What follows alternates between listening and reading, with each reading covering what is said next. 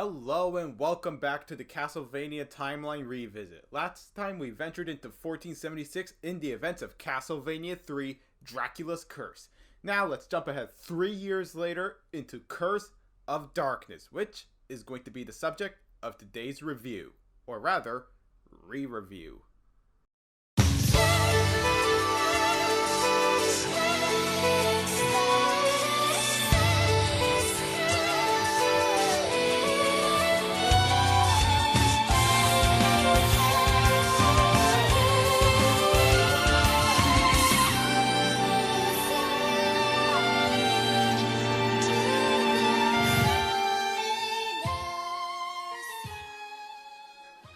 Enjoy the show.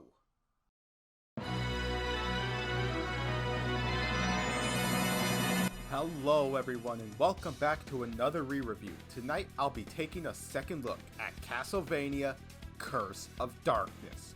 Curse of Darkness is a 3D action-adventure hack-and-slash game developed and published by Konami and was released for the PlayStation 2 and original Xbox in November of 2005.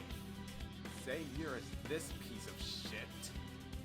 It takes place in 1479 after the events of Castlevania 3, Dracula's Curse.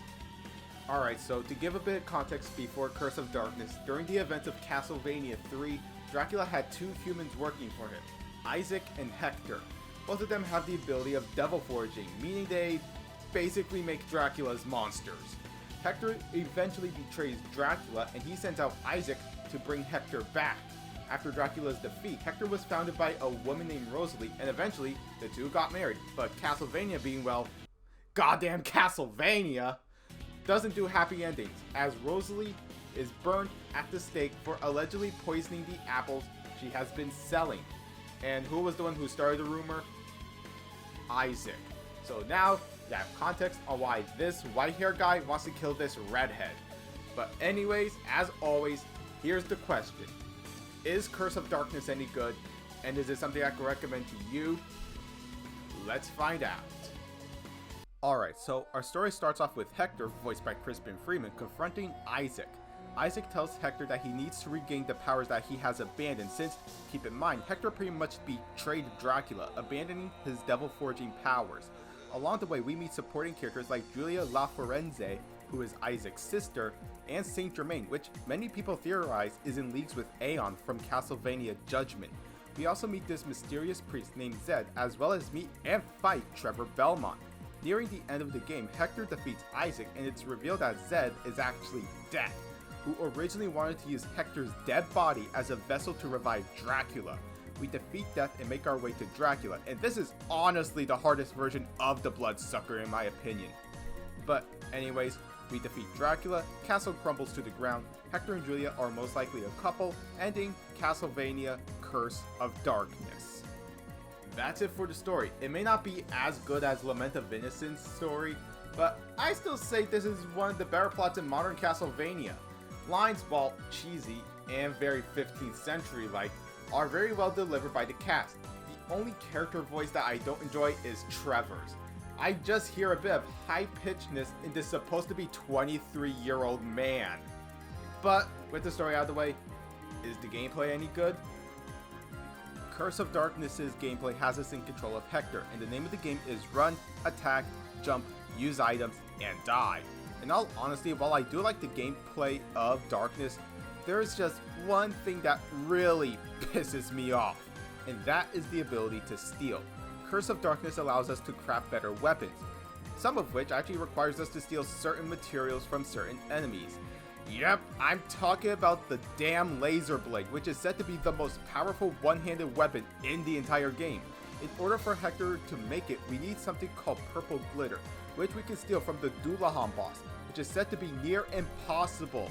So if you're a completionist, all I can say is, good luck.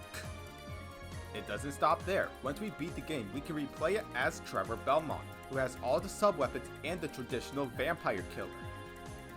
Sometimes you just can't beat the classics, but overall, the gameplay outside of the steal ability is pretty good. Visually, it uses the same game engine as Lament of Innocence, and I'd say it still holds up pretty good, especially the CGI cutscenes. Character models look pretty good, and outside the Netflix series, this is my personal favorite design for Trevor, with the scar indicating that he did get injured during his encounter with Dracula during Castlevania 3. OST though, much like Lament, it's pretty weak. As I said before, I wish we got remixes of classic Castlevania tracks. Now, let's recap. I think the story is pretty good. Gameplay, it's okay. Visually, it's pretty great, and OST, it's fairly weak. Here are my closing thoughts. Overall, while Castlevania Curse of Darkness is the weaker out of the two PS2 Castlevania games, it's still a pretty good 3D Castlevania game. This may be the final game in the era of Trevor Belmont, but I say this is a pretty good ending to a very fan-favorite era of the Castlevania timeline. Overall, Castlevania Curse of Darkness gets my score of a 7 out of 10. But now, I want to know from you all. Did you play Castlevania Curse of Darkness? Did you enjoy it? And is this something you would recommend to a friend? Leave your answers and more down in the comments. Give this video a like if you enjoyed it, and while you're here, consider subscribing and turn on the bell to be notified whenever I make a new video. As always, my social media links are down below. I've been Horror Kid, and next time in the revisit of the Castlevania timeline is Castlevania the Adventure.